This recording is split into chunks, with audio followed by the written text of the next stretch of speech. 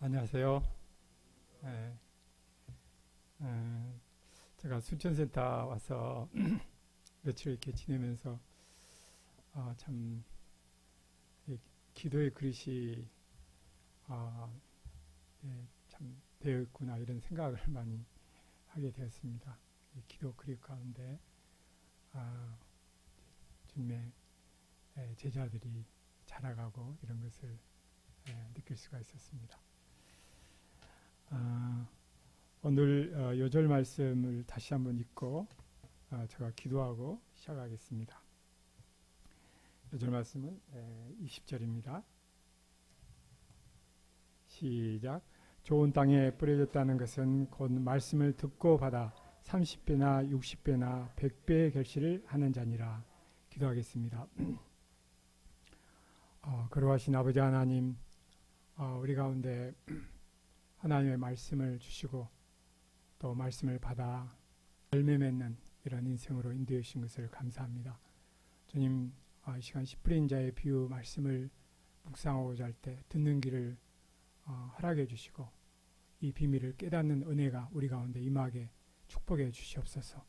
주님, 이 종을 불쌍히 여겨 주시고 다만 주의 말씀을 나타내 주시옵소서. 이 시간을 주의 성령으로 인도해 주시옵소서. 종은 예수님 이름으로 기도합니다. 아멘. 오늘 말씀의 제목은 씨 뿌린 자의 비유입니다. 주님께서 다시 바닷가에서 말씀을 가르치시니 큰 무리들이 몰려들었습니다. 그래서 주님은 배에 앉으시고 무리들은 바닷가에 앉아서 말씀을 들었습니다. 바닷바람을 타고 주님의 천국 메시지가 울려 퍼졌습니다.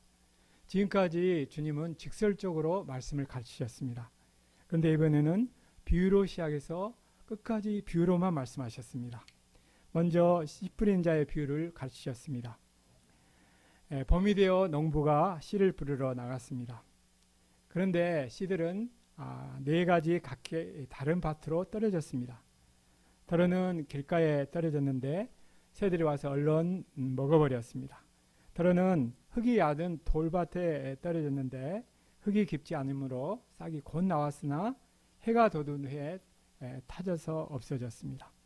더러는 가시떨기에 떨어짐에 가시가 자라 그 기운을 막음으로 결실치 못했습니다. 더러는 좋은 땅에 떨어짐에 자라 무성하여 30배, 60배, 100배의 결실을 하게 되었습니다. 씨가 좋은 땅에 떨어져야 열매를 많이 맺는다는 것은 어린아이들도 아는 상식입니다. 그런데도 주님이 이 말씀을 하실 때 매우 엄숙하게 전하셨습니다. 비유를 시작하시며 들으라 하시고 또 마칠 때는 들을 귀 있는 자는 들으라 하고 말씀을 마치셨습니다. 그리고 오랫동안 침묵하셨습니다. 주님의 메시지가 끝나고 시간이 얼마 동안 흘렀습니다. 비유 말씀을 들은 많은 무리들이 그냥 되돌아갔습니다. 아마 예수님께 어떤 굉장한 메시지나 기적을 기대하고 왔다가 실망한 것 같습니다. 아니면은 예수님이 하시는 말씀이 너무 평범하여 실망했을 수도 있습니다. 그러나 매우 소수의 사람들이 남았습니다. 그리고 주님께서 홀로 계실 때 12 제자들과 함께 그 비유의 뜻을 물었습니다. 주님은 이들을 굉장히 기뻐하시고 하나님 나라의 비밀을 너에게 알게 하신다고 하셨습니다. 여기서 하나님 나라의 비밀은 씨 뿌린 자의 비유 안에 있는 씨 뿌린 자의 비유의 말씀을 깨닫는 것입니다. 우리는 이 비유 말씀을 하도 많이 들어가지고 아이고 또 그 말씀이네 하며 말씀을 별로 귀하게 생각하지 않는 경향이 있습니다. 그러나 병행절인 마태복음 13장에서는 그 비유를 시작하기 전에 주님은 말씀하셨습니다. 그러나 너희 눈은 봄으로 너희 귀는 들음으로 복이 있도다. 내가 진실로 너희에게 이르노니 많은 선지자와 의인이 너희의 보는 것들을 보고자 하여도 보지 못하였고 너희 듣는 것을 듣고자 하여도 듣지 못하였느니라. 그런즉 씨 뿌린 자의 비유를 들으라. 여러분들은 씨 뿌린 자의 비유를 다 알고 이해하고 계십니까?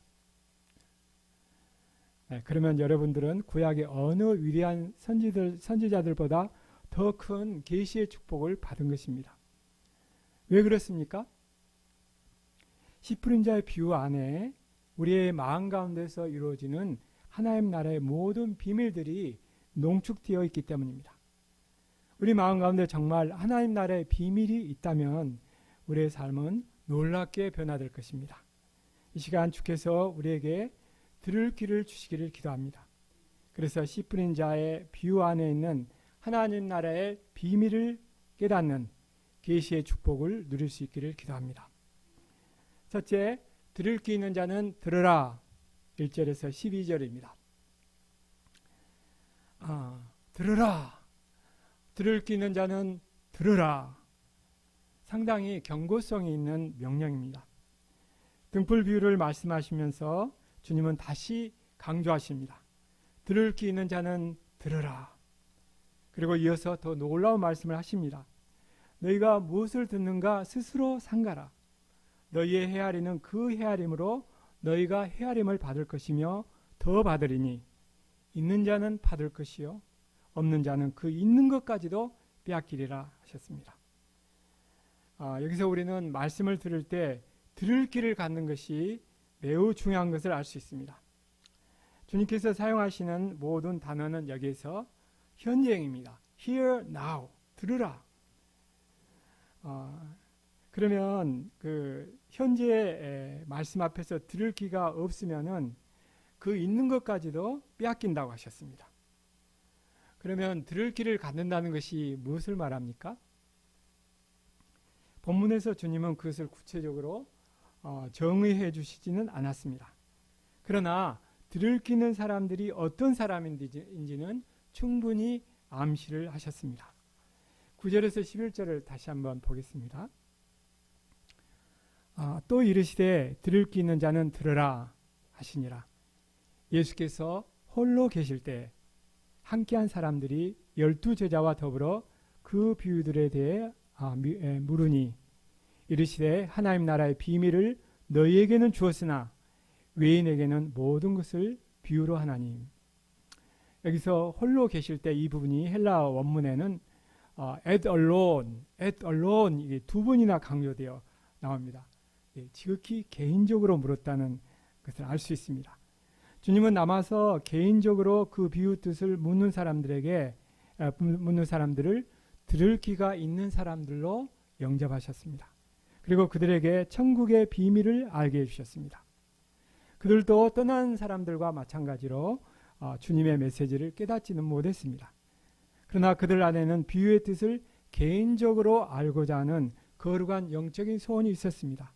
이 영적인 소원이 그들로 남아서 주님께 개인적으로 비유를 묻도록 하였습니다.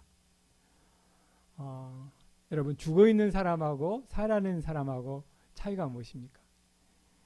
죽어있는 시신은 외부의 자극에 대해서 송곳으로 이렇게 찔러도 반응하지 않습니다. 그러나 살아있는 사람은 외부의 자극에 대해서 아주 민감하게 반응을 합니다. 우리가 영적으로 살아있다면 하나님 말씀 앞에서 반응을 할 것입니다. 어떻게 반응을 하나요? 말씀의 깊은 뜻을 개인적으로 더 깨닫고자 하나님께 묻는 것입니다. 성경의 저자이시는 주님께서 깨닫게 해주셔야 그 뜻을 알 수 있기 때문입니다. 주님은 들을 귀 있는 사람들을 기뻐하십니다. 그리고 기쁨으로 그들에게 하나님 나라의 비밀을 마치 등불을 올리는 것 같이 다 풀어주십니다. 우리가 하나님 나라의 비밀을 소유하게 될 때 어떤 일이 일어날까요? 12절에 보면은 먼저 죄사함의 은혜를 누립니다. 또 숨겨진 보화를 발견한 농부와 같이 기쁨으로 세속적이고 이기적인 욕망을 팔아버릴 수 있는 힘을 덧입게 됩니다. 또 믿음의 조상들과 같이 더 나은 번영 천국을 향하여 가는 순례자의 인생을 살게 됩니다. 반면에 들을 귀가 없는 사람들은 주님은 외인들이라고 하셨습니다. 하나님 나라와는 무관하고 나하고도 무관한 사람들이라고 하신 것입니다. 그들은 제사함을 받지 못합니다. 지금까지 은혜로 받았던 말씀조차 빼앗겨 버립니다. 한때 그분들의 인생을 변화시킨 놀라운 비련의 말씀이 시간이 갈수록 피상적이 되고 더 이상 그들의 삶에 영향을 미치지 못합니다. 하나님 나라의 비밀을 너희에게는 주었으나 is given to you. 주님은 개인적으로 말씀의 뜻을 묻는 사람들을 기뻐하시고 천국의 비밀을 알게 하십니다. 구약의 그 라합은 여리고성에 비천한 기생이었습니다. 그런데 오고 가는 그 사람들의 입소문을 통해서 홍해를 가르시고 광야에서 40년 동안 이스라엘 백성들을 인도하신 여호와 하나님에 대한 소문을 들었습니다. 그녀는 자기 집에 온 이스라엘의 두 정탐꾼을 숨겨주며 고백했습니다. 너희 하나님 여호와는 상천하지의 하나님이시라. 이게 스페인어로 굉장히 아름다운데요. Vuestro Dios es el Dios de arriba en el cielo, abajo en la tierra. 하늘과 땅에 있는 유일한 하나님이시라는 고백입니다. 그리고 자신이 동족들과 함께 심판받을 수밖에 없는 죄인임을 인정하고 여호와의 은혜를 구했습니다. 그녀는 어떤 신학자보다도 더 정확하게 하나님이 누구신지를 알고 있었습니다.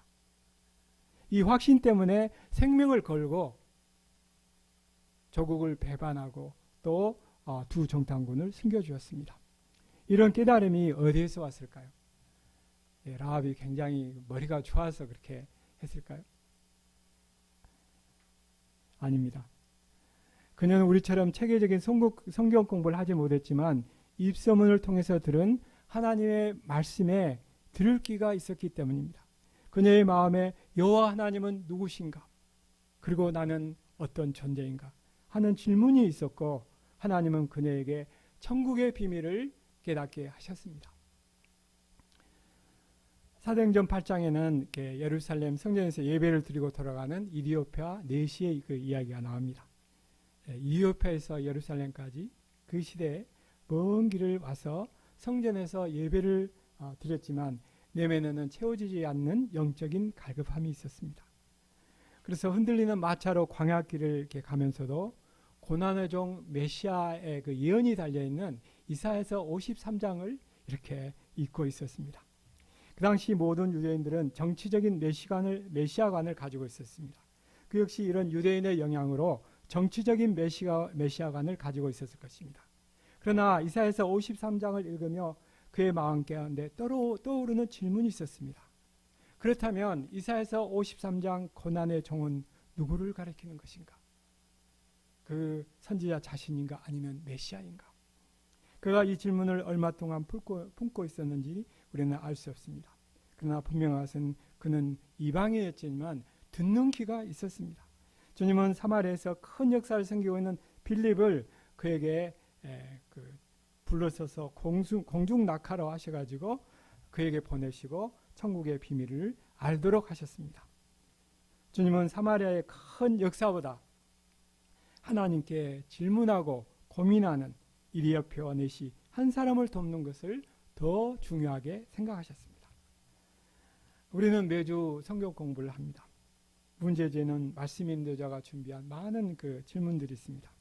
그러나 우리가 각자가 소감을 쓰면서 말씀을 공부하면서 개인적으로 주님께 들고 나가는 질문이 있기를 기도합니다. 질문하는 사람들이 되기를 기도합니다. 말씀 앞에서 반응하는 사람들이 되기를 기도합니다. 그리고 흔들리는 마차에서 성경을 읽으며 하나님께 물었던 이디오피아 내시의 말씀에 대한 열망을 가질 수 있기를 기도합니다. 들을 끼는 자에게 주님은 하나님 나라의 비밀을 기쁨으로 나타내십니다. 둘째, 씨 뿌린 자의 비유 안에 있는 하나님 나라의 비밀 13절에서 34절입니다. 주님은 남아서 묻는 자들에게 하나님의 비밀을 알게 하신다고 하셨습니다. 어떻게 알게 하셨습니까? 씨 뿌린 자의 비유 말씀을 개인적으로 해석해 주심으로써 알게 하셨습니다. 13절에서 14절을 보겠습니다. 또 가라사대 너희가 이 비유를 알지 못할진대 어떻게 모든 비유를 알겠느냐? 뿌린 자는 말씀을 뿌리는 것이라. 씨 뿌린 자의 비유는 이 땅에서 우리 마음 가운데 이루어지는 하나님 나라의 그를 이해하는 기초입니다. 우리의 신앙 여정에 많은 일들이 일어나지만 결국 모든 것들은 사실상 배경에 불과합니다. 배경은 항상 바뀌고 요란합니다. 본질적인 것은 하나님께서 우리의 마음에 말씀의 씨를 뿌리고 가꾸시고 열매를 맺게 하시는 것입니다. 이것이 팩트요. 이것이 포커스입니다. 이는 우리가 인생 소감을 진실하게 써보면 잘 알 수 있습니다. 우리 인생에 많은 사건들이 있지만 의미와 가치를 주는 것은 우리가 받은 하나님의 말씀뿐입니다. 나머지 많은 사건들은 그 말씀을 드러내는 배경에 불과합니다. 포커스는 우리가 어떻게 주신 하나님의 말씀과 관계를 맺어왔는가입니다. 씨는 작지만 그 안에 생명이 있습니다. 그래서 신겨진 씨는 반드시 싹을 내고 자라고 열매를 맺습니다. 하나님의 말씀은 천국의 씨앗입니다. 사람의 마음은 하나님의 말씀이 심겨지고 자라고 열매를 맺는 것입니다. 주님은 하나님의 말씀이 떨어지는 사람의 마음을 네 가지로 분류하셨습니다. 길가밭, 돌밭, 가시떨기밭, 좋은 밭입니다. 첫째로 길가밭 15절을 보십시오. 말씀이 길가에 뿌려졌다는 것은 이들을 가리킴이니 곧 말씀을 들을 때 사단이 즉시 와서 그들에게 뿌려진 말씀을 빼앗는 것이요. 여기서 길은 사람과 짐승이 다니는 밭 사이의 작은 통로를 말합니다. 길가의 특징은 아주 딱딱하다는 것입니다. 사람의 마음이 어떻게 딱딱해질까요? 신앙생활에 대한 자기 고정관념이나 편견이 딱 있으면은 그 마음이 딱딱해집니다. 또 죄악된 생각이나 감정을 회개치 않을 때 마음이 딱딱해집니다. 이런 마음으로 말씀을 들으면 어떤 일이 일어납니까? 사단이 즉시 와서 그 심겨진 말씀을 빼앗아 버립니다. 두 번째는 돌밭입니다. 16절 17절을 보겠습니다. 또 이와 같이 돌밭에 뿌렸다는 것은 이들이니 곧 말씀을 들을 때 즉시 기쁨으로 받으나 그 속에 뿌리가 없어 잠깐 견디다가 말씀을 인하여 환난이나 핍박이 일어나는 때에는 곧 넘어지는 자요. 여기서 돌밭은 돌 위에 흙이 이렇게 얇게 덮여 있는 땅을 말합니다. 돌 위에 이렇게 덮여 있는 흙은 빗물이 이렇게 엉겨 놓은 것으로 대단히 비옥합니다. 그래서 여기에 떨어진 씨는 곧 싹이 납니다. 그러나 강한 햇살이 쬐기 시작하면은 밑에 있는 바위 때문에 뿌리를 내리지 못하고 타버립니다. 마찬가지로 돌밭의 마음밭을 가진 사람들은 쉽게 말씀을 기쁨으로 받습니다. 그들은 참 좋은 마음밭을 가진 사람들처럼 보입니다. 그러나 말씀을 인하여 환난과 핍박이 일어나면 곧 넘어져 버립니다. 주님은 6절에서 말씀으로 인한 환난과 핍박을 식물에 비추는 태양으로 비유하셨습니다. 태양이 비춤으로 식물은 뿌리를 내리고 땅의 영양소를 흡수하여 자라게 됩니다. 태양이 없이는 식물이 결코 자랄 수 없습니다. 환난과 핍박을 좋아하는 사람은 아무도 없습니다. 그러나 말씀으로 인한 환난과 핍박이 없이는 우리가 말씀에 뿌리를 내릴 수 없습니다. 그래서 마르틴 루터는 고난과 묵상이 신학자를 만든다고 했습니다. 저는 체계적인 신학을 못해서 이 말씀을 아주 좋아합니다. 저는 1989년 요한복음 12장 24절 미랄의 지뢰의 말씀을 붙들고 볼리비아의 개척 선교사로 파송되었습니다. 개척 3년이 되었을 때 2박 3일의 수양회를 아주 야심차게 준비했습니다. 그런데 약속한 양들이 한 사람도 끝까지 안 왔습니다. 그래서 만삭인 아내와 같이 제가 2박 3일의 수양회를 프로그램대로 진행했습니다. 3일 동안 수양회 해본 적 있습니까? 양 없이. 다른 거 모르는데 자꾸 그 수양회 간 주인이 양들은 언제 옵니까? 양들은 언제 한 사람이라도 오기를 그렇게 바랐는데 없어서 제가 말씀 전하고 이렇게 제 아내는 듣고 이제 그렇게 정말 시체 말로 죽을 맛이었습니다. 저는 이제 굉장히 양들에게 거절에 대한 상처 그리고 좌절감 이런 것 때문에 수양회 끝나고 이제는 사명을 놓고 생활인으로 돌아오자 결심을 했었습니다. 그러나 수양회 기간 동안에 주님은 다시 요한복음 12장 24절 말씀으로 저를 찾아오셨습니다. 저는 이 말씀을 통해 하나님의 미라에 되신 예수님을 배우지 않고 서둘러 개척 역사를 이루고 성공하는 선교사가 되기를 애쓰고 있는 자신을 깨닫고 회개하게 되었습니다. 양없는 수양의 고난을 통해서 하나님은 저의 선교사의 삶을 요한복음 12장 24절 말씀에 다시 세우셨습니다. 그리고 1년이 지난 후에 지금의 조상들인 아브라함 에릭 목자가 돌아오고 볼리비아의 개척 역사가 시작되었습니다. 세 번째로 가시떨기 밭입니다. 18절에 19절. 18절에 19절을 보십시오. 또 어떤 이는 가시떨기에 뿌리우는 자니 이들은 말씀을 듣되 세상의 염려와 재리의 유혹과 기타 욕심이 들어와 말씀을 막아 결실치 못하게 되는 자요. 이분들은 길과 밭과 돌밭의 문제를 극복한 사람들입니다. 말씀에 뿌리를 내리고 말씀 안에 거하는 것이 무엇인지를 아는 신앙인들입니다. 그러나 이분들의 마음에 가시떨기가 함께 자라고 있습니다.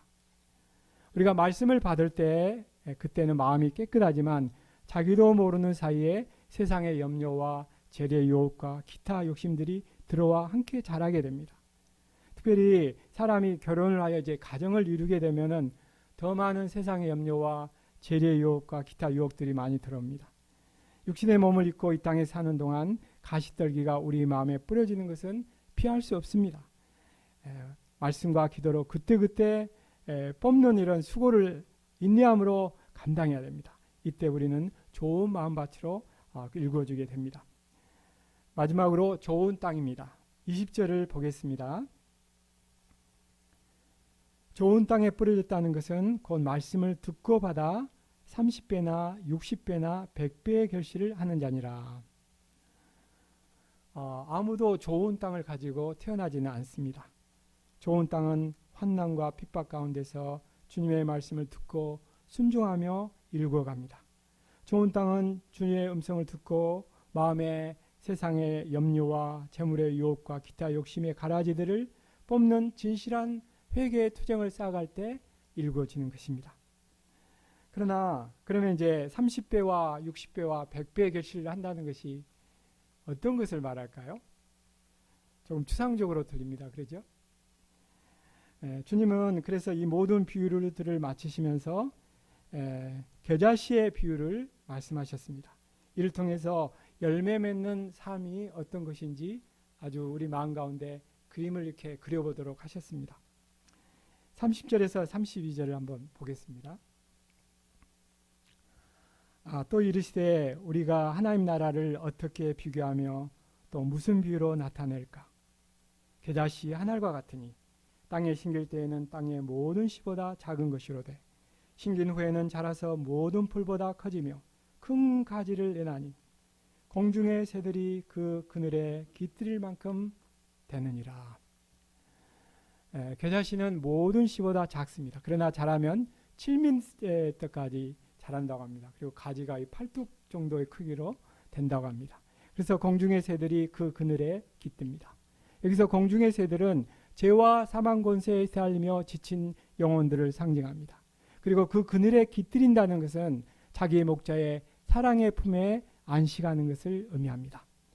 말씀의 씨가 우리 마음에 뿌려지기 전에 우리의 인생은 자루 속에 갇혀있는 그 한 알의 겨자씨와 같은 존재들입니다. 무기력하고 술 먹고 죽어 있습니다. 그러나 우리의 마음에 하나님의 말씀이 뿌려질 때 하나님은 그 말씀을 통해서 우리를 거목으로 자라게 하시고 이 세에 영향력을 끼치는 위대한 사람들로 축복하십니다. 씨 뿌리는 자의 비유를 마치시면서 주님은 두 번이나 우리가 하나님 나라를 어떻게 비교할까? 또 무슨 비유로 나타낼까? 여기에 우리의 인생을 향하신 주님의 갈망이 있습니다. 씨 뿌린 자의 비유를 해석하실 때 주님께서 사용하신 동사들은 모두 현재형입니다. 현재 계속해서 열매를 맺고 계속해서 성장하고 계속해서 영향력을 끼친다는 것입니다. 이 말씀의 씨가 뿌려진 사람에게는 은퇴란 단어는 결코 없습니다. 제가 지금까지 살면서 터득한 삶의 지혜가 한 가지가 있습니다. 그것은 절대로 사람들 앞에서 자식 자랑을 하면 안 된다는 것입니다. 듣는 사람에게 이렇게 상처를 줄 수도 있고, 또 상대방의 자녀가 사실은 저희 자녀보다 더 훌륭한데 모르고 그냥 자랑했다가 나중에 큰 창피를 당하기도 하기 때문입니다. 그런데 오늘 제가 저희 아들 다니엘에 관한 얘기를 하면서 말씀을 마무리하고자 합니다. 자랑을 하려고 하는 것이 아니라 하나님의 은혜를 나누고자 합니다. 다니엘이 고3 때 한국 나이로 18세 때 자기 여자친구를 임신시켰다는 것을 울면서 고백했습니다. 이런 스토리는 TV 드라마 같은 데서는 많이 듣지만 이 얘기가 제의가 이렇게 됐을 때는 아무것도 생각이 나지 않았습니다. 평소에 이제 죄를 미워하고 굉장히 험담한 사람이 있었는데 이 사람이 이 소식을 어떻게 들었는지 지 자식이나 잘 가르치지 하며 욕을 했습니다. 저는 선교사로서는 말할 것도 없고 아버지로서 또 가장으로서 실패한 사람이 되었습니다. 그러나 기도할 때 하나님은 압살롬을 피해 갈 때 시므이가 돌을 던지며 다윗을 저주했습니다. 그때 다윗이 그 저주를 하나님의 책망으로 받아들이고 하나님의 은혜를 구했습니다. 이 말씀이 생각나면서 하나님은 제가 은혜를 구하도록 듣는 귀를 조금씩 열어주셨습니다. 그리고 로마서 8장 28절이 주셨습니다.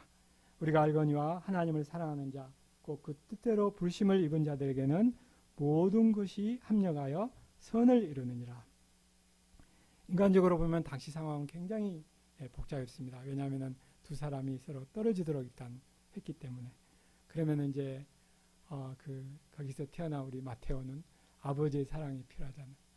또 그 자매 입장에서는 남편의 사랑이 필요하고, 또 다니엘은 다니엘대로 그 과정이 고통스럽고, 이제 인간적으로는 굉장히 고통스럽고 어떻게 어려운 그런 상황이 계속되었습니다. 그러나 로마서 8장 28절을 마음에 붙들고 이것을 시프린자의 비유의 그 렌즈를 통해서 이것은 우리 마음 가운데 이 말씀이 심겨지고 열매 맺는 과정이다. 이렇게 딱 해석을 하니까 모든 것이 어렵지 않았습니다. 뒤에 많은 동역자들이 아이고 정말 고생 많이 했다고. 근데 사실 고생한 기억이 별로 없어요. 처음에는 좀 그랬는데 놀래고. 왜냐하면 그대로 이루어질 지어다. 말씀이 이루어질 지어다. 그것을 믿고 나가기 때문에 어려움을 느끼지 못했습니다. 이제 그래서 다니엘은 저와 다니엘라 지금 며느리는 아내와 이제 성경 공부를 시작했습니다. 성경 공부를 처음 시작할 때 다니엘의 자존감은 매우 땅에 떨어져 있었습니다. 한 번은 이제 같이 식탁에서 이제 식사를 하다가 그 음식이 땅에 툭 떨어졌어요. 평소 같으면 그거 보지도 않을 사람이거든요. 근데 이놈이 쏙 손을 내밀더니 손으로 집어가지고 먹어요. 이 바디 랭귀지를 통해서 나는 이제 끝났다. 나는 아무도 쓸데없는 놈이다. 그 언어를 이렇게 보고 굉장히 마음이 아팠습니다. 다니엘과 저의 1:1 공부는 이제 문제지를 중심으로 하지 않았습니다. 왜냐하면은 그 2세들이 되게 그 구신자들이 많잖아요. 다 알아요. 무슨 대답을 해야 될지 딱딱 대답 잘해. 문제지 풀게 하고 문제지 없애버리고 성경 놓고 같이 이제 수평적으로 말씀을 같이 묵상하고 본문을 살펴보도록 하고 문단을 나누고 서브타이틀을 달고 스스로 질문을 만들도록 돕고 그 과정을 그렇게 공부를 했습니다. 한마디로 들을 귀를 갖도록 옆에서 도왔습니다. 다니엘은 뒤에 한 얘기가 이 공부가 평소에 자기가 공부했던 것보다 3배나 더 힘들었다고 합니다. 하나님 아버지께서는 이 성경 공부를 축복해 주셨습니다. 다니엘은 이런 공부를 통해서 로마서 8장 15절 양자영 아바 아버지라 부르느니라 이 말씀을 통해서 하나님의 사랑을 깨닫고 주님을 개인적으로 만나게 되었습니다. 그리고 4년 후에 그 가정을 이루게 되었습니다. 이 주님을 만나기 전에 다니엘은 자기 반에 40명 중에 20등을 하고 있었습니다. 그래서 한 번은 야, 너 좀 공부 좀 해가지고 다음 달은 10등 한번 해보자. 그러니까 나를 이렇게 딱 쳐다보면서 이거 아빠는 참 그렇게 불가능한 걸 나한테 요구하냐 이런 눈으로 저를 봤어요. 근데 예수님을 만나고 그러니까 어떤 그 동기부여가 없고 어떤 꿈이 없는 거죠. 이렇게 말씀이. 근데 자기가 하나님을 사랑을 알고 하나님이 나를 사랑하신다는 걸 알기 때문에 동기부여가 생겨가지고 죄송합니다. 이거 좀 자랑 같은데 그냥 할게요. 졸업할 때는 그 남학생 중에 1등으로 졸업하고 대학교도 1년을 빨리 이렇게 졸업을 탔습니다. 그리고 지금 현재 직장이 볼비아 그 수준에 굉장히 많은 월급을 받고 있는데도 그게 만족하지 않고 국제 그 컨설팅 회사에 하고자 굉장히 이제 애를 쓰고 있는 걸 봤습니다.